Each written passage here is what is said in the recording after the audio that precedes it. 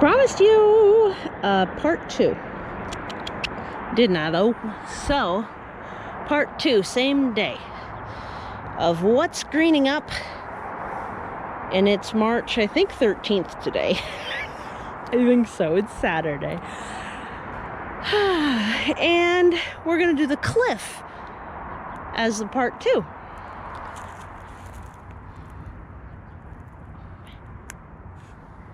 Those daylilies will not be suppressed.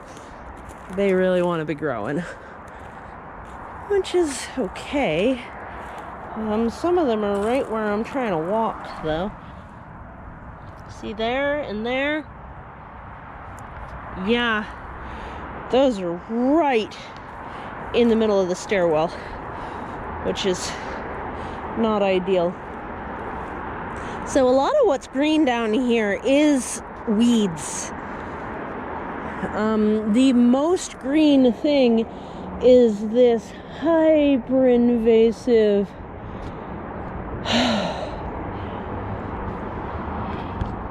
honeysuckle.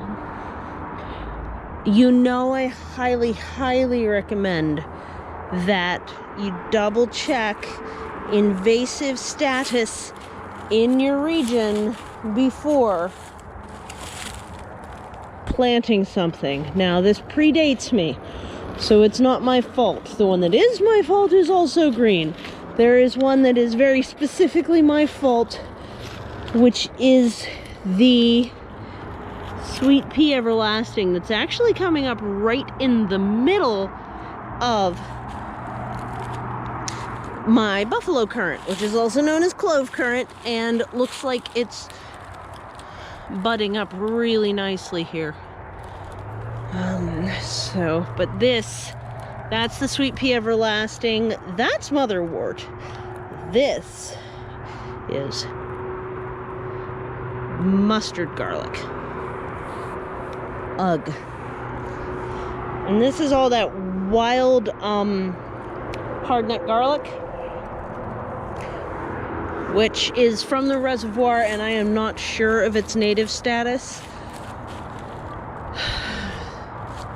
This is bittercress, which I do pull out all winter because it just seeds so prolifically. Is this budding? I hope so. It's hard to tell. It seems still alive, but this is the early fruiting dwarf of sumac. So, staghorn type, but very short in stature when fruiting. And there's another variety that I want to pull a root from. I pulled seeds from and threw down there, but I want to pull also a root from one that's down there as well.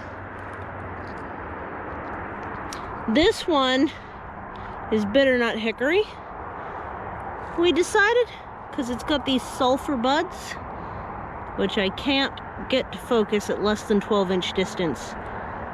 So we're just gonna have to look from this distance with this camera. But there was a video, if I find it, I'll link it. Look below. I don't do cards. People don't like them. But yeah, because of the sulfur buds, we are thinking bitternut hickory. And interestingly, the black walnut isn't greening up yet. It's still pretty gray. And the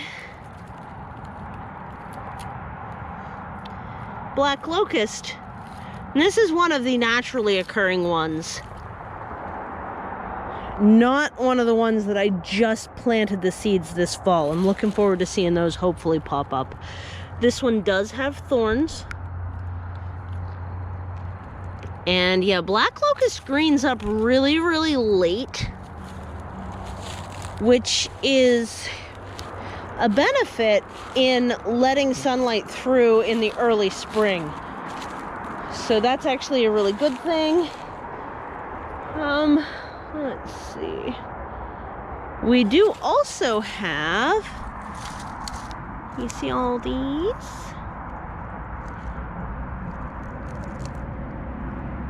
Spiderwort. It's edible.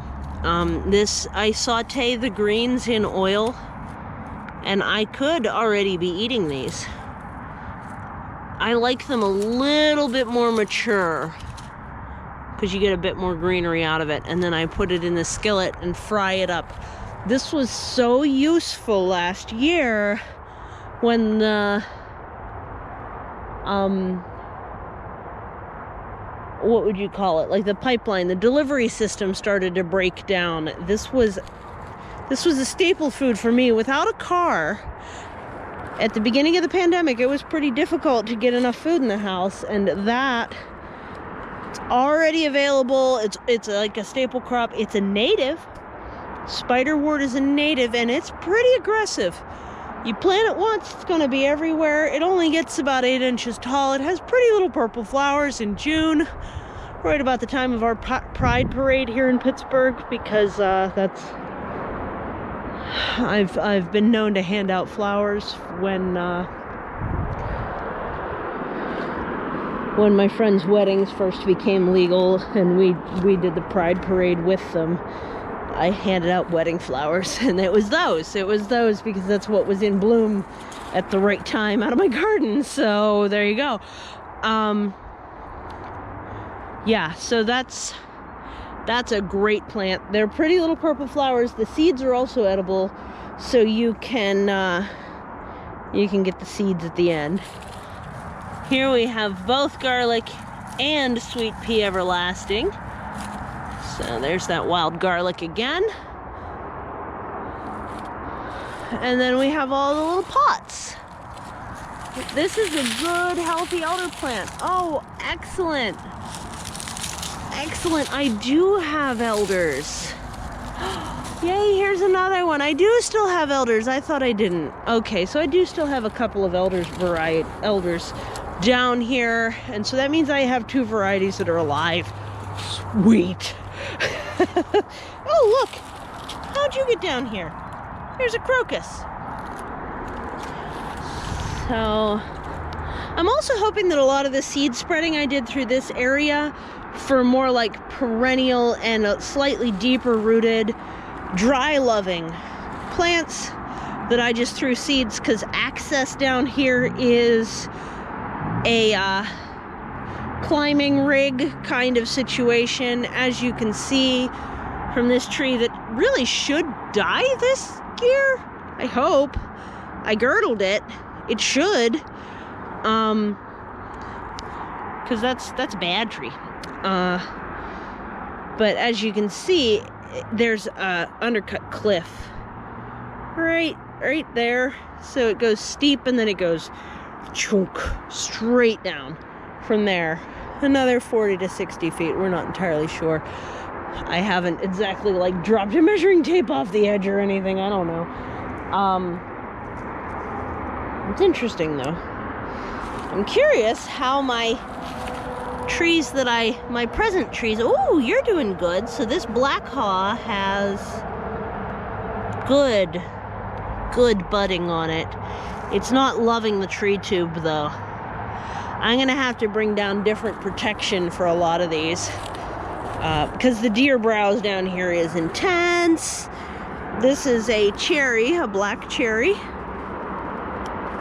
It looks okay, but it's a little far away to tell.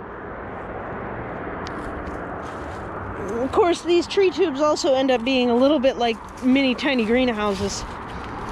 These pots here are all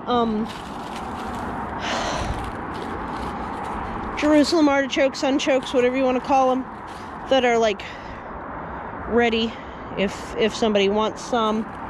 Because you know I'm a little mini nursery, but I'm not very good at like advertising or anything like that, so I haven't really like fully made a business out of it yet.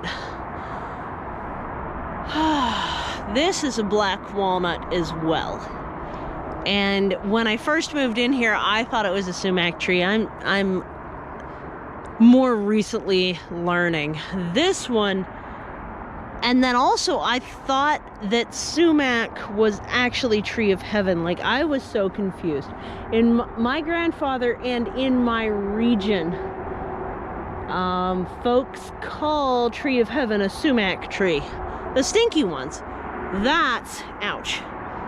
My shoulder just locked up on me. That's a Tree of Heaven there. And I actually do need to get like my pole saw over there and cut that, because it's getting all up in the way of the view from the end of the street and everything. But yeah, planning to continue this retainer wall further down, planning to be able to get to this pile of compost that people are making with their yard waste, to be able to use it. Gonna need to move some of this soil that is sliding to reclaim my path. As you can see, it kind of slides away. Might be a good use for some of that flagstone up top to just kind of lean it against. I don't know. I'm gonna have to think about that, because I spent so long and so much effort collecting flagstone, which is this stuff. We have shale in our area, a lot of it, and so there's these old pieces of flat, good shale everywhere, and they're nice to have, but you know, their usefulness is somewhat limited. You can also see that after having been green and fruiting all winter, oof, sorry, I don't know how much that jerked.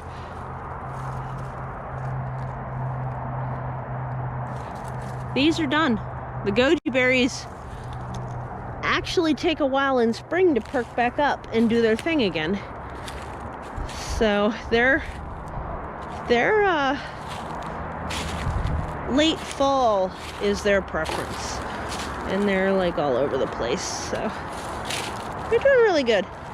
I have to continue to be on the attack with these invasive plants, but not too intensely on the attack, I don't think, because I don't want to destabilize my hills. So it's like, once a piece is stabilized by a retainer wall and we've got good growth, sorry, that's a motorcycle down on the highway, then I can really go after the invasives. And it's tricky. I'm also hoping that this area right here, I'll start to get some pine-loving mushrooms growing out of here. They're summer mushrooms, but these are Phoenix oyster mushrooms. They love pine, which is amazing. Here's more of those wonderful spiderwort plants that I just love. They're so delicious, and they're everywhere. And if you don't eat them, there'll be more everywhere. But they're also native, so if they end up everywhere, it's not invasive, it's not hurting the environment like a lot of the invasives do if they escape. We're not going to have a very good year for the hazelnuts because the the wild bunnies got hungry. So I hadn't thought that they'd be bunny susceptible, but they were. So I might need to make little protectors for them for this winter.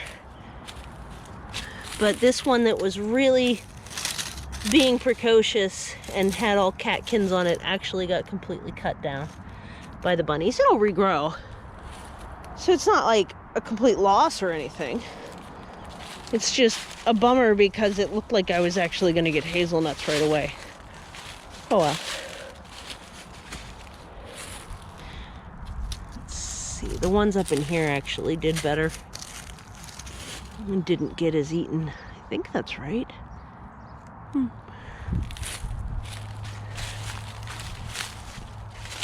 Yep. So that is the greening up of the cliffside. On a beautiful day, it's 55 degrees. which is like 11 or 12 degrees Celsius. And it was supposed to be snowing today, so I'm quite pleased. Quite pleased. Yeah. So I hope you're having a really good day. Thank you so much for visiting the cliffside. Quite literally the cliffside. And this has indeed been Permaculture. Take care. Bye.